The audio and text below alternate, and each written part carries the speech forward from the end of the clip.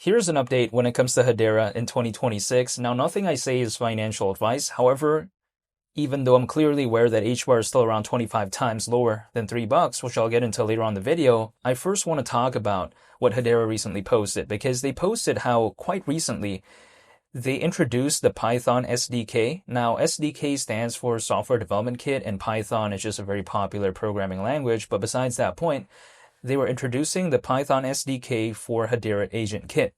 Now, quite essentially, they kind of allude to how this is bringing increased programmability for a broader developer base.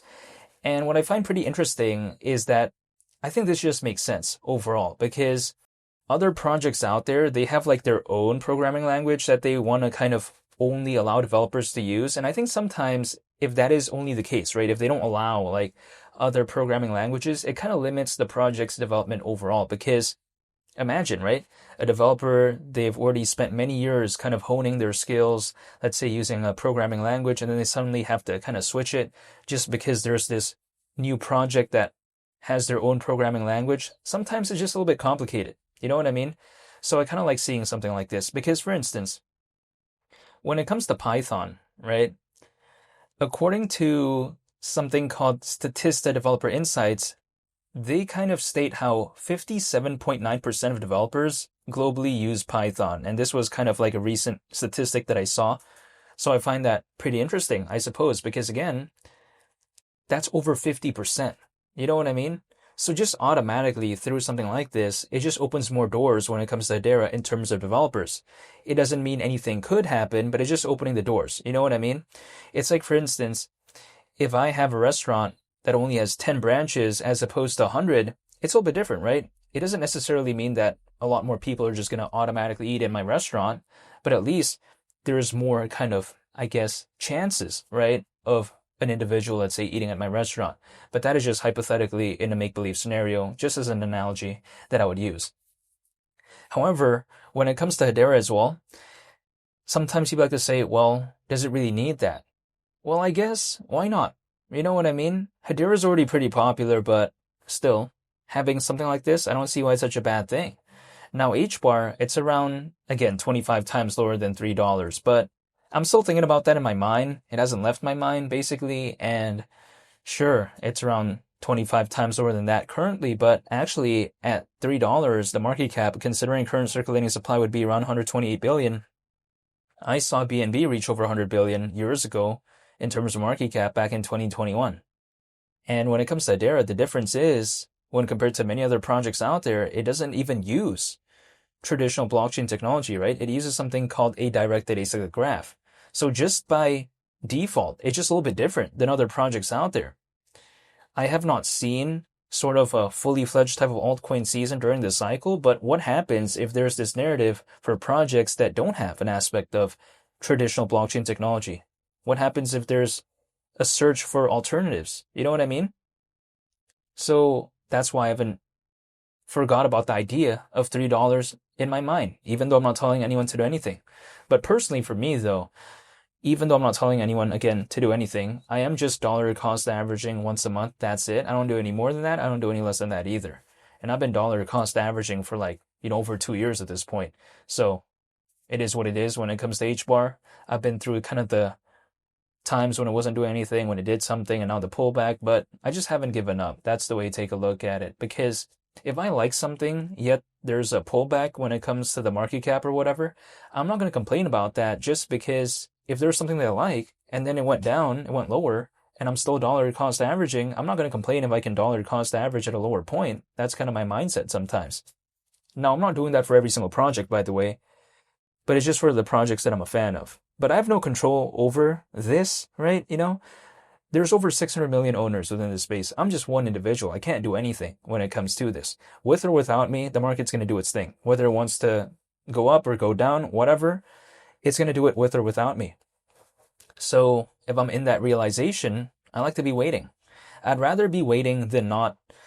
Personally, in my instance, right? When it comes to just life in general, that's the way to take a look at it. Because, okay, sure, I wasn't waiting for, Bitcoin 10 years ago, but look at what it did, right? And I was not a part of it. Had I been a part of that, the market still wouldn't have cared. You know what I mean? In the grand scheme of things. So that's just kind of my mindset sometimes. I personally like to wait for something as opposed to not. Because just in case, sometimes that's my mindset. Like for instance, I'm not going to be able to know exactly when HBAR is going to have like the next leg up, if it ever even does. But sometimes I'm just a little bit curious.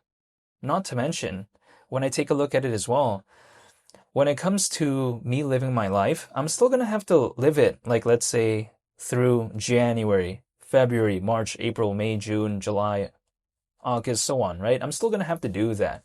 So whether or not I'm in this space or whether or not I'm waiting, I'm still going to have to live my life anyways. So if I kind of know that, I'd rather be waiting for something, as I'm just going through my journey, I suppose. But besides that point as well, when it comes to Hedera, another kind of contention, right? Another kind of thing that people often debate with me about is how when it comes to Hedera using, not, right, traditional blockchain technology and instead using a directed acyclic graph, people like to say, like the marginal sort of advantages that sometimes people see, they like to say, well, it's not even that impressive. Like it's not that major of a difference. Now, it may not be noticeable for an individual like me, for instance, because for instance, I'm not even saying about this example. Let's just use a different make-believe scenario. Let's say one thing is like 500 milliseconds fast, and then the other one is like 300 milliseconds fast. As an individual like me, I'm not going to notice that 200 millisecond difference. Like, who really cares in the grand scheme of things? That's my perspective.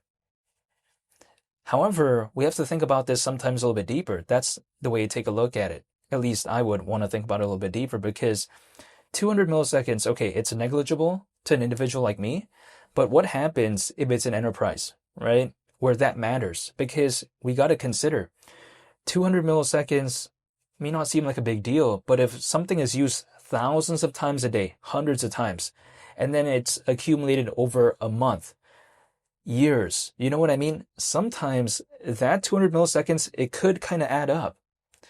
So for an enterprise looking for efficiency, looking for, I guess, a streamlined process, do they want something that could potentially hinder that? In some cases, I think probably not, because they're prioritizing efficiency.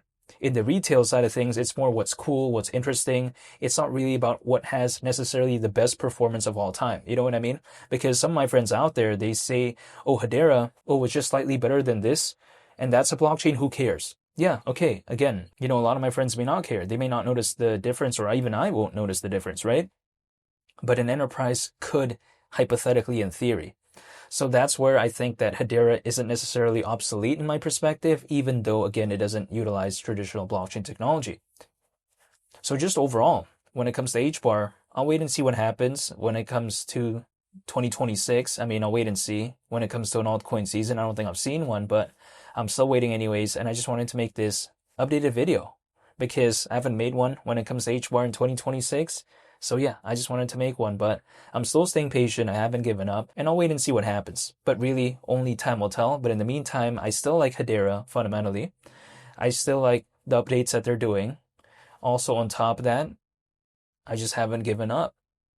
That's my perspective. So just to kind of summarize this video, I'm pretty impressed with what Hedera announced recently when it comes to the Python SDK, or should I say the Python software development kit. But also on top of that, I just wanted to make a video overall just to kind of explain my thoughts when it comes to Hedera as of right now. So I want to say thank you for watching. I greatly appreciate it, and I hope you all have a very nice day. It's Mali the Captain. I'm out. Peace. Bye.